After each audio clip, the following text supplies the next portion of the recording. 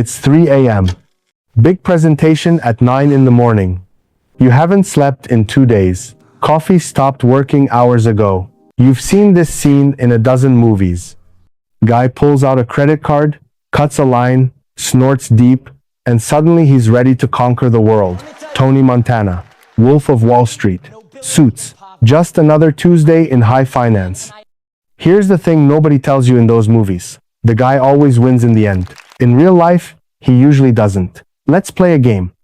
Imagine you have a lemonade stand. The best lemonade stand in the neighborhood. Every kid wants what you're selling. But there's one problem. You can't make lemonade fast enough to keep up with demand. So, you do what any smart kid would do. You hire a helper. Enter cocaine. This magic helper floods your stand with so much lemonade that suddenly everything feels incredible. Customers are everywhere. Money's flowing. You're a genius. Your helper never tells you the catch. Every time he brings more lemonade, he also shrinks your pitchers. Shrinks them small enough that eventually even he can't fill them anymore. And now you're standing there with a tiny pitcher, desperate, needing more and more lemonade just to feel normal. That's tolerance. That's addiction. That's the trap. So, what even is cocaine? Picture your brain as a nightclub. A really exclusive one. At the door is dopamine, your bouncer. He's supposed to let in just enough people to keep things fun but not chaotic. Cocaine is the guy who walks up to the bouncer, flashes a fake ID, and whispers, "Let everyone in. I know the owner." Suddenly, the club is packed. Way too many people. Cocaine? It's chaos. But you feel amazing because look at this party. Except here's the catch. The real owner didn't actually say it was okay.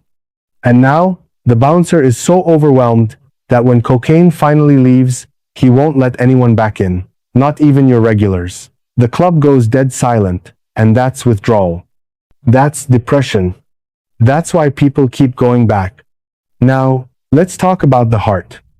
Because that's where cocaine collects its receipts. Your heart is a muscle. Like any muscle, it needs oxygen to work. It gets oxygen through tiny highways called coronary arteries. Cocaine does two things to these highways. It shuts down lanes, and it makes every car drive twice as fast. Think traffic jam meets Fast and Furious. Your blood vessels tighten. Your blood pressure spikes. Sometimes to 200/120. That's not just high. That's stroke territory. Meanwhile, your heart's running a marathon while you're just sitting at your desk. And those coronary arteries that feed your heart muscle? They're squeezed so tight that your heart is starving for oxygen while working overtime. It's like running your car engine at red line while someone's pinching the fuel line shut. You can do that for a while. Eventually, something breaks. Here's what people don't tell you. Cocaine's not a performance enhancer. It's a loan shark. It gives you 20 minutes of incredible, unstoppable, close that deal energy. And then, it comes to collect. With interest. The come down is brutal. Anxiety. Paranoia. Depression. Cravings so intense they feel physical. Your brain's not just telling you it wants more. It's screaming it. Because remember our nightclub? The bouncer's still overwhelmed. Still won't let anyone in. And you're standing outside in the silence, desperate to feel normal again. So, you do another line, and another, and another. Until one day the loan shark doesn't come to collect. It comes to collect everything. According to CDC data, cocaine overdose deaths increased over 500% between 2011 and 2023. We're talking thousands of people. And here's the uncomfortable part. Most of them weren't homeless. Most of them had jobs and families and houses they were paying mortgages on. They were convinced they had it under control. Until they didn't. The dangerous part isn't the first high. The dangerous part is the pattern. Every time you use, the high gets shorter, and the crash gets worse. You're chasing something that keeps moving. Your brain's not stupid. It adapts. It builds resistance.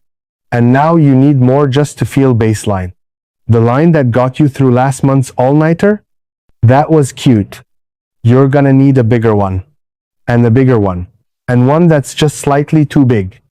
One day, statistically, inevitably, the math catches up. It's not fear-mongering, it's arithmetic. Keep rolling the dice long enough and the house always wins. That's not a moral statement. That's probability. So, why do people do it? Because, for about 20 minutes, it genuinely works. You're sharper, more confident, more focused. Every problem seems solvable. Every challenge seems conquerable. That's the trap. The trap isn't that it never delivers. The trap is that it delivers just enough to make you believe it will deliver again. Until it doesn't. Here's the uncomfortable truth nobody wants to hear at those parties. There's no such thing as safe cocaine. There's no pure enough product. No I know my limits exception. There's just biology and statistics. And both of them are working against you every single time you snort a line. Your heart doesn't care how important the meeting is. It just wants to keep beating. Your brain doesn't care how much you've accomplished. It just wants its next fix. And every time you tell yourself this is the last time, you're rolling the dice. But maybe this time is different. Maybe you've got it figured out. Maybe you're the one person who walks away clean. Except the one person who thinks that is always the one who doesn't. Just something to consider. Thank you for watching.